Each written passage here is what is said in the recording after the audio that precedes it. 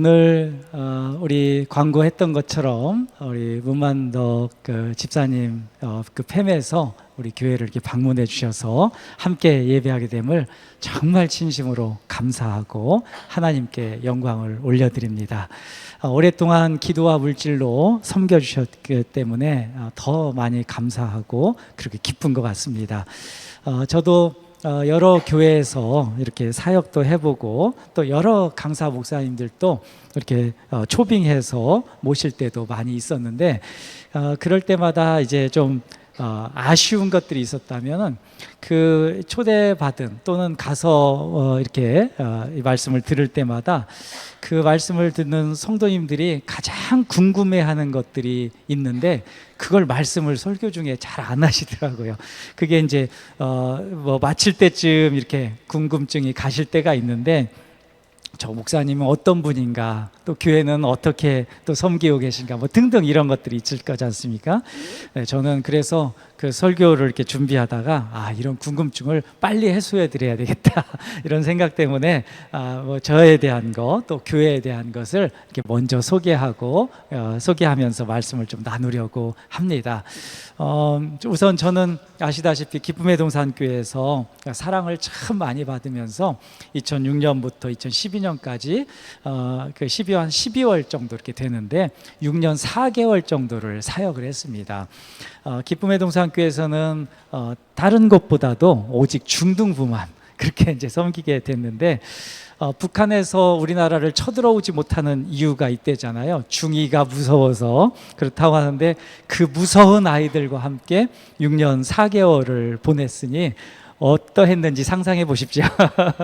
그렇지만 저는 기쁨의 동산교회에서 사역이 얼마나 행복했는지 모릅니다. 정말 너무나 기뻤고 너무나 하여튼 하나님이 각별한 은혜 주셔서 저는 정말 많은 트레이닝을 거기서 할 수 있었고 많은 것들을 경험할 수 있었고 또 더더욱이 우리 성도님들 통해서 많은 사랑을 받을 수 있었습니다.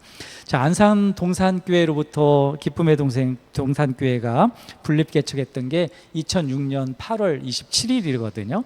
그때 같이 어쩌면은 개척 멤버로 저도 이렇게 시작을 이렇게 했었는데 그리고 나서 생각해 보면 이 중고등부 그리고 대학부는 바로 이렇게 예배를 시작하지 못했었어요. 그 이유가 안산 동산교회하고 기쁨의 동산교회하고 거리가 한 10여 분밖에 안 되기 때문에 이 김인종 목사님께서 이 지금은 이제 그 은퇴를 하셨지만 그 당시에 이걸 그냥 그대로 진행을 하면 완전히 그쪽으로 기쁨의 동산교회로 많이 갈 수 있겠다. 그래가지고는 3개월을 쉬게 했어요. 중등부, 고등부, 대학부를 예배를 못했거든요. 근데 이 3개월이 별것 아닌 것 같았었어요. 그때 그 당시 저는 그리고 교역자들도 마찬가지로 그렇게 생각했는데 굉장히 큰 거더라고요. 3개월을 못한다는 것이 맥이 딱 끊기는 거더라고요.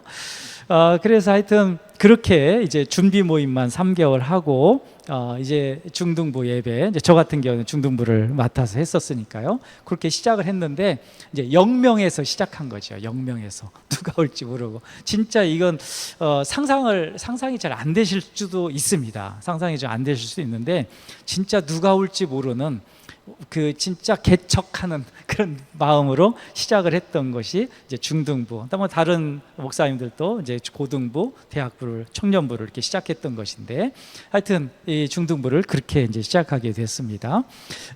근데 그렇게 시작하면서 2012년도에 제가 2006년도에 이제 시작을 했고 2012년도에 이제 사임을 했으니까요. 2015년도 하반기 정도에 이 이제 친구 초청 장치를 했는데 그때 한 120명 정도가 됐어요. 그 당시에. 그런데 거기 이제 체크하시는 인원수를 이렇게 체크하시는 그 선생님이 계셨는데 나중에는 다 못 하셨대요. 애들이 그냥 계속 들어오니까 이제는 개수하는 거 포기. 그래서 사실은 120명, 130명 정도 이렇게 제가 이제 마지막 어느 정도 왔습니까? 라고 했을 때 130명 정도는 온 것 같은데 그 다음에는 얼마가 왔는지 몰라요. 이렇게 말씀하셨어요.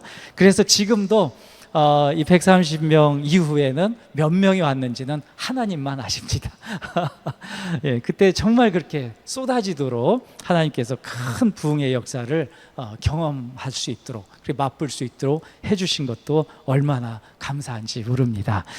그런 과정에서 제가 이제 사임도 하게 되는 그 상황인데, 그때 이제 사역을 하면서 제가 세 가지를 놓고 기도를 했었습니다. 하나는 이제 담임 목사 청빙, 이제 요걸 놓고 기도를 했었고, 또 하나는 이제 선교 단체에 있어서 교육 사역을 내가 좀 지원하는, 선교사님 지원하는 그런 사역을 했으면 좋겠다, 이런 것들을 이제 기도하고 있었고, 또 하나는 마지막은 이제 교회 개척에 대한 요 부분이었는데, 첫 번째와 두 번째는 이게 하나님이 잘 열어주시지 않는 것 같았어요. 그 당시에는 그랬어요. 그러면서 세 번째, 이 교회 개척에 대한 마음이 굉장히 커지면서 불덩이처럼 정말 일어났었어요. 그런 이제 차원에서 교회가 이제 사임을 하게 되고 이렇게 이제 준비를 하게 됐는데, 그리고 이제 기쁨의 동산교회를 2012년도에 12월쯤에 사임을 하고, 그 후에 2년 동안은 이 분당 우리 교회에서 분립 개척했던 동탄에 있는데 하늘빛 우리 교회에서 2년 동안을 1년은 이제 협동 목사로, 1년은 교구 목사로 이렇게 사역하게 됐었습니다. 그때 극적인 하나님의 은혜로 지금껏 함께 동역하고 계신 우리 이게 최용우 집사님 계신데 최용우 집사님 계신데요. 최 집사님은 각별한 간증이 있으신 분이십니다. 나중에 기회를 봐서 그 은혜를 나누는 시간이 또 한 번 있었으면 좋겠습니다. 2부. 예, 2부. 이것은 오늘은 다 못할 것 같고요. 하여튼 각별한 은혜가 있으세요. 정말 하나님께서 다루시는 각별한 은혜가 있으신데 한번 그런 같이 은혜를 나눴으면 좋겠습니다. 그리고 이제 지금의 교회인 이 세봄 커뮤니티 교회, 이 세봄 이름 참 예쁘잖아요. 근데 조금 이게 발음하기 어려워요. 이 한글하고 영어가 섞였기 때문에. 세봄 커뮤니티 교회를 이렇게 개척하게 된 것은 2015년도였었습니다. 2015년도인데 개척을 이제 시작하면서 영적 세봄을 소망하는 교회, 그리고 말씀이 삶이 되고 땅끝까지 선교적 삶을 살자는 그런 비전, 그래서 말씀 경건 선교 공동체, 이게 이제 교회의 비전입니다. 영어로 하면 로고스 피에티 미션 이렇게 되는데 멋지지 않습니까? 하나님이 이제 주신 그런 아이디어인데 그렇게 이제 그런 비전을 가지고 세븐 커뮤니티 교회를 시작했습니다. 2015년 1월 4일에 수원시 원천동에 있는 마라나타 카페에서 9명이 이제 첫 예배를 드리게 됐습니다. 본래 여기서 예배하려고 했던 게 아닌데요. 본래는 어디인가 삼본인가 안양인가 하여튼 어디에 예배 장소를 잠깐 거기서 빌려서 하고 거기에서 좀 준비 모임들을 하다가 본격적으로 교회를 시작하려고 이렇게 했던 거거든요. 그런데 그 장소와 그 주소와 전화번호를 적어놨는데 이게 하여튼 희한하게 미스매치가 된 거예요. 잘 안 맞았어요. 근데 그걸 몰랐죠, 저는. 그런데 이제 전화를 제가 했더니 어디 카페는 맞대요. 카페는 맞는데 제가 이게 주소를 얘기했더니 거기는 아니라는 거예요. 그래서 제가 좀 잘못 알았다고 죄송하다고 전화를 끊으려고 하는데 이분이 계속해서 전화를 안 끊으시고 자꾸 이것저것 물어보시는 거예요. 뭐 어떤 분이시냐, 또 어떤 교회를 하시려고 그러냐, 뭐 하여튼 계속 물어보셔서 자초지정을 저도 이제 여차저차해서 이런 것들을 쭉 이 말씀을 이제 드렸죠. 한참을 통화했어요. 그랬더니 이분이 이제 교회 집사님이시더라고요. 근데 당신께서 카페를 이렇게 오픈을 하셨는데 여기에서 예배 드리는 것을 기도하고 있으셨었대요, 그때. 그렇다고 아이고 뭐 여기에 지금 보니까 가까운 곳에 있으신 것 같은데 여기 오셔서 그냥 주일 예배를 쭉 하시더라고. 걱정 마시고 뭐 어떤 비용 안 받을 테니까 무조건 여기서 하시라고. 그렇게 해서 거기서 예배를 드리게 됐던 겁니다. 거기를 찾아갔던 거 아니고 이게 잘못 걸었던 전화로 인해서 거기서 예배를 드리게 됐던, 신기하지 않습니까? 하여튼 하나님께서 이렇게 인도하셔가지고 그러셨다고 생각되는데, 하여튼 이제 거기에서 그렇게 그 이제 예배 장소가 확보되어서 그렇게 예배를 드리게 했고, 그해 4월 19일에 원천동 이제 수원회죠 582-2번지에서 설립 감사 예배를 드리게 됐습니다. 이것은 전적으로 하나님의 은혜였고, 기쁨의 동산교회 성도님들과 또 이 동탄에 있는 하늘빛 우리 교회 성도님들, 그리고 이름도 밝히지 않은 정말 무수한 성도님들의 기도와 섬김으로 가능한 일이었다고 저는 고백할 수밖에 없습니다. 자, 잠깐 여기 앞에 불 조금만 꺼주시고, 그 여기 사진을 몇 장 준비했는데 한번 잠깐 보시면은 한번 뭐 선명도가 조금 떨어지니까요, 이 불빛 때문에 뭐 이 정도면 될 것 같습니다. 저 한번 넘겨보시죠. 뭐 이런 스타일로 여기에 로고가 있었고요. 앞에 이제 이런 것들이 있었고, 앞에 이제 교회 뭐 이런 꽃들도 있었고 뭐 그렇습니다. 예배하는 장면이고, 뭐 이런 모습들이었습니다. 예쁘죠? 또 이렇게 넘겨보시고, 선명하지 않아서 좀 그런데 하여튼 이런 스타일로 이렇게 예배를 드렸었습니다. 우리 교회 성도님들이셨고, 예배하는 모습들이고요. 또 이게 성만찬 할 땐 저희는 교회는 이렇게 하고 있습니다. 그렇게 하고 뭐 이런 스타일, 같이 모임도 하는 장면들이고요. 우리 또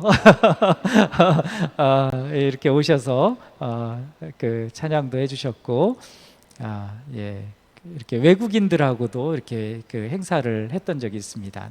여기까지 하고 블랙 스크린 해주시면 감사하겠습니다. 이게 이제 그냥 두시면 될게요. 이따 켜달라고 하면 켜주시면 되겠습니다.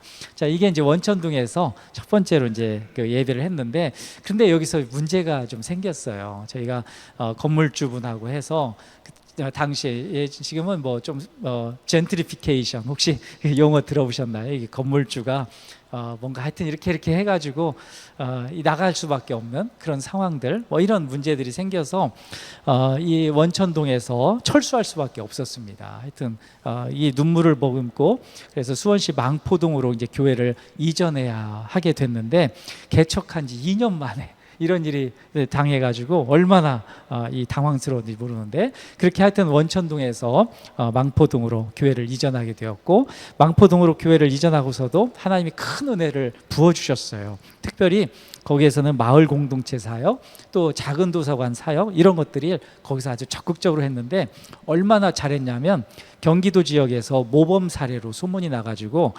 탐방을 굉장히 많이 왔습니다. 그렇게 그 유명세를 좀 탔었습니다. 그러다 하나님 은혜 주셔서요. 그 이제 장면도 좀 있는데 한번 보시면은 여기 이제 요런 이제 모양들이고요.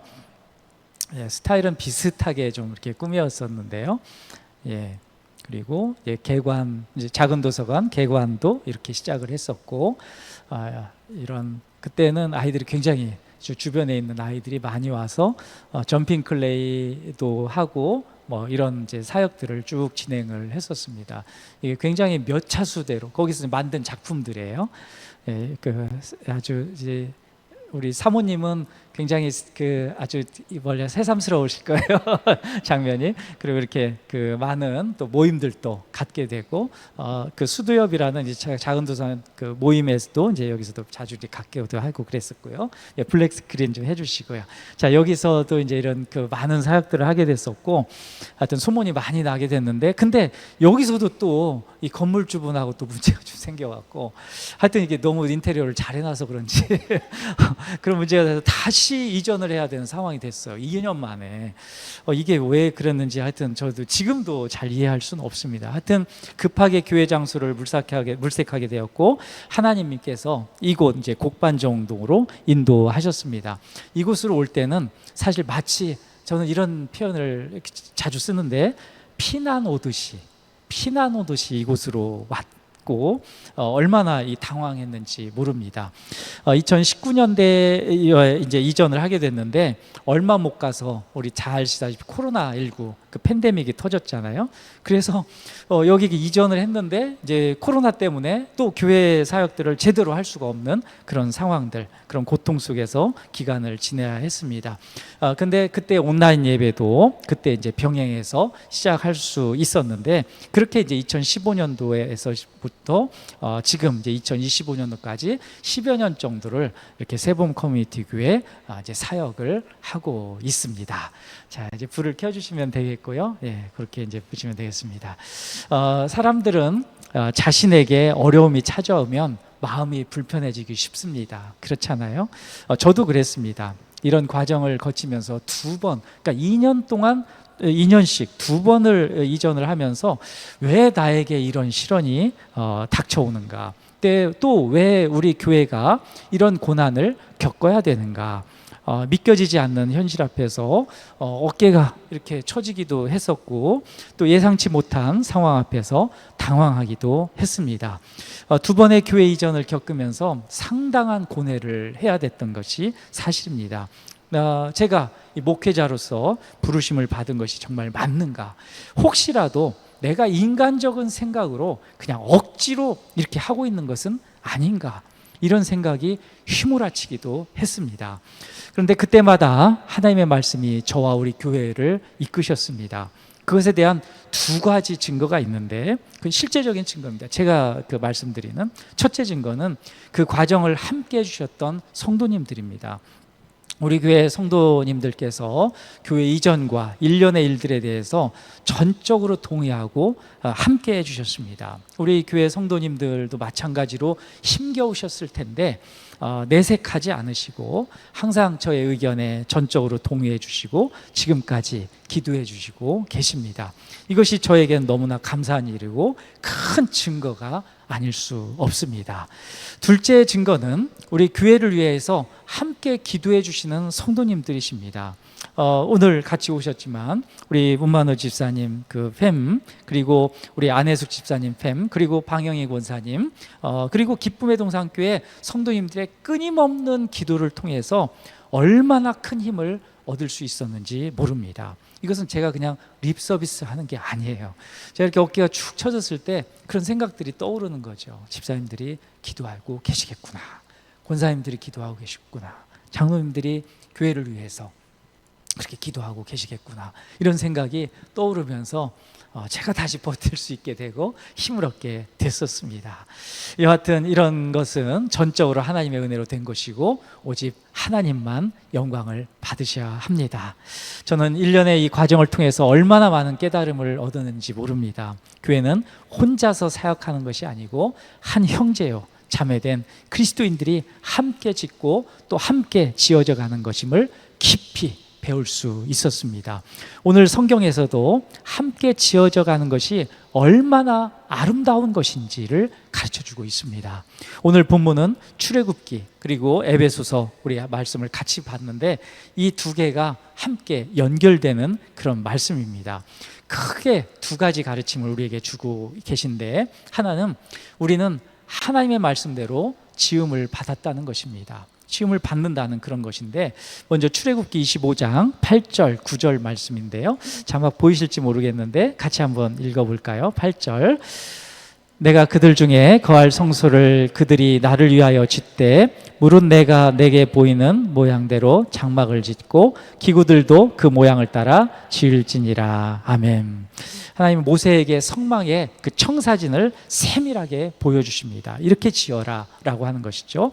성막은 내 마음대로 내 기분대로 내 감정 또 내가 은혜 받았다고 이렇게 저렇게 짓는 게 아니라는 것이죠. 성막은 하나님의 구상에 따라서 하나님의 뜻에 따라서 하나님의 생각대로 하나님의 계획대로 지어져야 됩니다. 성막은 하나님의 거처이기 때문에 그런 것이죠. 성막은 히브리어로는 미슈칸 이렇게 이제 발음하게 되는데 거처라는 뜻이에요. 미슈칸.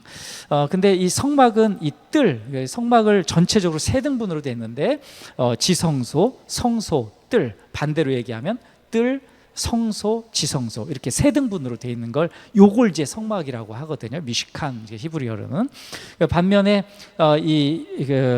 이 출애굽기를 보면 회막이라는 표현도 자주 나오거든요. 회막은 성소와 지성소만 이렇게 딱 가르치는 그런 표현으로 나오는데요. 근데 하여튼 흥미롭게도 출애굽기 이제 26장에서는 이 성막 미시칸이죠. 그리고 막 이것은 이제 히브리어로는 오헬 이것인데 미시칸과 오헬 이 두 개를 좀 나눠서 구분해서 얘기해요. 성막은 이 가늘게 꼰 배실로 안쪽에 휘장이 이렇게 지성소를 가르는 휘장 있잖아요. 이게 이제 미시칸 이 성막이라고 부르고 이 오헬이라는 막 이렇게 표현되어 있는 출애굽 26장 7절에는 막이라고 우리 표현했는데 그건 이제 이 성막을 이 가죽으로 이렇게 덮는 거 있잖아요. 그것을 막 이렇게 얘기해요. 그래서 약간 이제 출애굽기에서는 이 두 가지를 개념을 이렇게 구분해서 표현하고 있는데 염두에 두면서 읽으시면 좀 도움이 되실 것 같아요. 여하튼 이게 성막은 하나님의 임재를 상징하는 처소입니다. 예수님은 제자들을 향해서 성전이 곧 우리의 육체고 그곳은 성령께서 내주하시는 곳, 성령께서 임재하시는 곳이라고 이렇게 말씀하셨습니다. 고린도전서 3장 16절 말씀을 보면 이렇습니다. 너희는 너희가 하나님의 성전인 것과 하나님의 성령이 너희 안에 계시는 것을 알지 못하느냐 이렇게 말씀하셨어요. 너희가 성전인 것 그리고 하나님의 성령이 너희 안에 계신다 이걸 알지 못하느냐 이걸 믿어라 이렇게 말씀하시는 거죠. 하나님은 우리가 곧 성전이라고 말씀하셔요. 하나님이 우리 안에서 사신다는 것이죠. 성경에는 어디 안에서 뭐뭇 안에서라는 표현이 많이 나오는데 특히 신약 성경에 보면 그리스도 안에서 또 성령 안에서 또 더는 예수 그리스도 안에서 또는 주 안에서 이런 표현들이 많이 나와요. 이런 표현들이 많이 나오는데 이것이 바로 우리가 하나님이 거하시는 성전이라는 그런 증거라는 그 말씀을 그렇게 표현하시는 거죠. 자, 우리의 모습은 하나님의 계획하신 모습대로 지음을 받았다는 것을 믿어야 됩니다. 우리의 모습, 나의 모습을 우습게 여겨서는 안 돼요. 나는 뭐 그 학식이 좀 덜한 것 같고 또 여러 지식이 덜한 것 같고 또 경험이 좀 덜한 것 같고 좀 그 모양이 볼 때 모양이 이 좀 잘 못생긴 것도 같고 뭐 하여튼 이런 등등 그래서 나 자신을 우습게 여겨서는 안 된다는 거예요. 이게 성경적인 말씀이에요. 우리 안에서 예수님께서 사신대요. 그 정도로 하나님께서 거하시는 처소를 정하실 때 아무거나 그냥 대충 아무데나 가서 사시는 거 이런 거 아니잖아요. 고르고 그래서 여기 가서 여기에서 내가 거한다, 여기에 내가 임재한다 이렇게 말씀하시는 거잖아요. 그러니까 하나님이 임재하신다, 성령께서 임재하신다, 거기에 또 그리스도께서 거기에서 내주하신다라는 것은 보통 장소가 아니라는 거예요. 그러니까 우리 안에서 예수를 믿는 우리 안에서 주님께서 거하신다, 이건 어마어마한 일이라는 거예요. 내가 그렇게 사람들이 볼 때 나 우습냐? 이렇게 얘기할 수도 있어요. 나 자신이 스스로 우습게 여겨서는 안 된다는 것입니다. 이걸 믿으십시오. 아멘. 예, 우리 안에서 예수께서 사십니다. 우리 안에 성령님이 계십니다. 우리를 통해서 하나님 나라를 이루신대요. 그리고 우리가 곧 하나님의 거하시는 성령이라는 것이죠. 더 나아가서는 거룩한 제사장이라고 그러잖아요. 우리가 오늘 우리는 하나님이 부르신 자인 거잖아요. 하나님께서 고르셔서 택하셔서 부르셨다. 특히 거룩한 제사장이라고 얘기할 때는 하나님의 대사라고도 얘기하잖아요. 외교관, 하나님 나라의 외교관으로 이 땅에 주님께서 부르셨다. 자, 외교관들 하는 거 보십시오. 외교관들, 저도 이번에 며칠 동안 외교관들을 이렇게 보면서 이분들의 손짓 하나, 손가락 하나 깔딱대는 거, 또는 옷을 입는 거, 어떤 말을 하는 거, 이게 한마디 한마디가 다 외교적인 사인이잖아요. 이게 그냥 손으로 하나 이렇게 하는 것도 이게 다 외교적 사인이거든요. 우리가 하나님의 대사래요. 거룩한 제사장이라 했을 때는 우리가 가는 곳에서 하나님께서 우리 입을 통해서, 우리 삶을 통해서, 우리 행동과 우리의 마음과 양식을 통해서, 우리 교양을 통해서 하나님께서 말씀하신다는 거죠. 그런 책무를 우리가 가졌다는 거죠. 그러면 우리가 얼마나 기가 막힌 사람들입니까? 할렐루야. 예, 멋진 사람들입니다. 우리 자신을 흡족하게 있고 주님께서 우리 사신다는 것을 믿으며 사셨으면 좋겠습니다. 자, 다른 하나, 두 번째는 하나님이 원하시는 성전으로 함께 지어져 간다는 사실이에요. 함께 지어져 간다. 자, 에베소서 2장 18절, 21절, 22절인데 조금 긴 말씀인데 한 번 더 우리 같이 한번 읽어보겠습니다. 19절. 그러므로 이제부터 너희는 외인도 아니요 나그네도 아니요 오직 성도들과 동일한 시민이요 하나님의 권속이라. 너희는 사도들과 선지자들의 터 위에 세우심을 입은 자라. 그리스도 예수께서 친히 모퉁이 돌이 되셨느니라.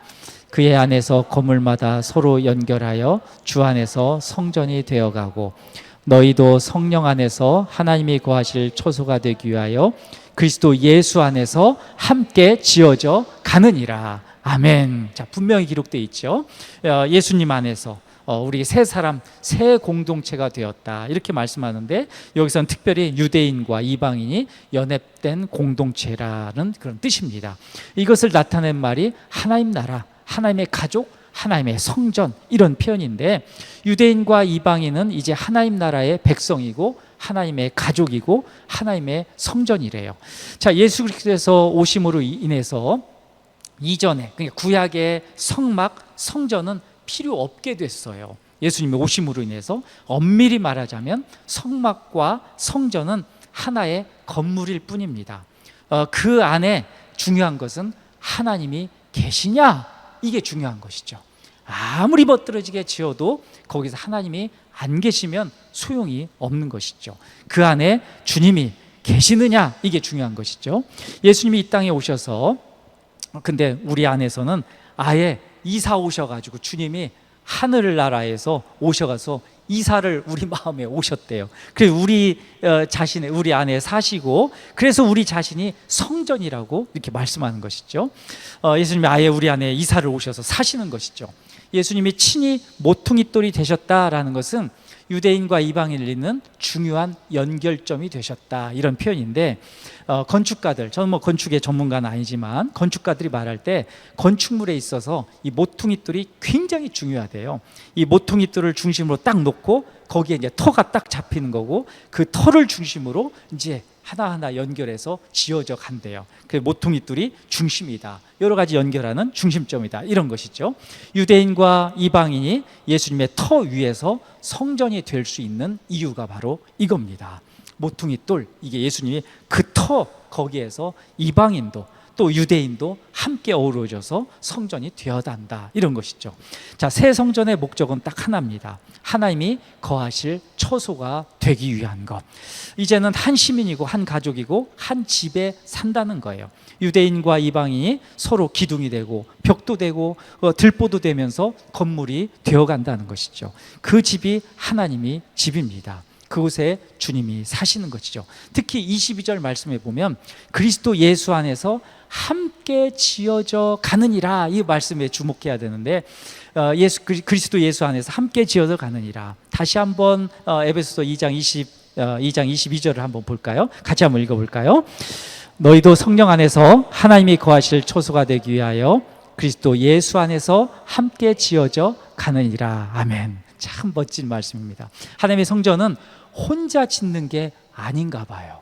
여기 말씀에 보면은 함께 혼자서 지어져 가는 게 아니라 함께 지어져 간대요. 함께라는 이 표현이 굉장히 중요한 말씀인데, 교회는 목회자 혼자서 짓는 게 아니래요. 우리 성도님들도 함께 지어져 가는 거래요.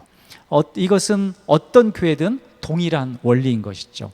서로 기도하고 서로 섬겨야 교회다워질 수 있대요. 아주 작은 일에도 서로 섬기는 마음이 중요하대요. 특히 교회를 위해서, 그리고 서로를 위해서, 그리고 서로의 영적 구원을 위해서 기도하는 게 너무도 중요하다, 이렇게 말씀하는 것이죠. 22절에 하나의 문구를 삽입한다면 기도함으로 이렇게 늘 수 있을 것 같아요. 자막에 띄워지나요? 예, 여기 그리스도 예수 안에서 기도함으로 함께 지어져 가느니라. 어때요? 말 되죠? 예. 근데 여기에 제가 이렇게 말씀을 준비하다가 기도함으로 생각이 나서, 기도가 굉장히 중요하니까요. 종교개혁을 했던 칼빈도 기도가 굉장히 중요하다 이렇게 얘기를 강조를 하는데, 여기에다가 다른 것을 넣어도 될 것 같아요. 사랑함으로 이렇게 넣어도 될 것 같고, 섬김으로 이렇게 넣어도 될 것 같아요. 혹시 성도님들이 떠오시는 단어 있으세요? 혹시 여기에? 그럼 그걸 집어넣으시면 됩니다. 하나님께서 그걸, 성령께서 말씀하시는 거거든요. 그걸 붙잡고 그걸 가지고 함께 지어져 가길 원하시는구나 이렇게 생각하시면 돼요. 예, 그 말씀 쿡 붙잡으십시오. 예, 정글과 정원의 차이가 있대요. 정글과 정원. 정글은 내버려 둬야 된대요. 그래야 아름다워진대요. 정글은 막 내버려 둬야 막 자기들끼리 막 하고 막 이렇게 해야 그렇게 아름다워지는 거래요. 근데 정원은 다르대요. 정원은 내버려 둬서는 안 된대요. 날마다 가꿔야 된다는 것이죠. 그래야 정원이 정원다워진다는 것이죠. 날마다 가꾸는 것은 사실 혼자 하기는 어렵습니다. 서로 같이, 내가 아플 때도 있을 거잖아요. 내가 어디 갔을 때도. 그럼 누군가가 정원을 가꿔야 되는데 못하는 거잖아요. 그렇기 때문에 정원은 서로 가꿔야 되는 것이죠. 서로 정원을 아름답게 가꿔야 하는 것이죠. 그것이 곧 성전의 삶이라는 것이죠. 성전으로 함께 지어져 가는 것. 그것은 우리가 삶에서도 마찬가지입니다. 지금 우리 그 집사님들 와 계시지만, 집사님들 때문에 저도 지어져 가고, 우리 교회도 지어져 가고, 우리 성도님들도 지어져 가고, 또 우리 교회를 보시면서 우리 그 집사님들도 이 교회를 통해서, 목사님들 통해서, 또 우리 교회 성도님들 통해서 함께 이렇게 신앙생활을 하고 계시구나라는 것을 서로 자극받으면서 함께 기도하면서 지어져 가는 것, 그것 아니겠습니까? 그러니까 세상을 사는 법칙도 똑같죠. 성경의 원리입니다. 그게 우리는 혼자 사는 게 아니고 함께 어우러져서 사는 것이고, 함께 주님께서 다시 오실 때까지 함께 지어져 간다는 사실, 이것을 믿고 감사함으로 함께 걸어가시는 우리 모두가 되시기를 간절히 축복합니다.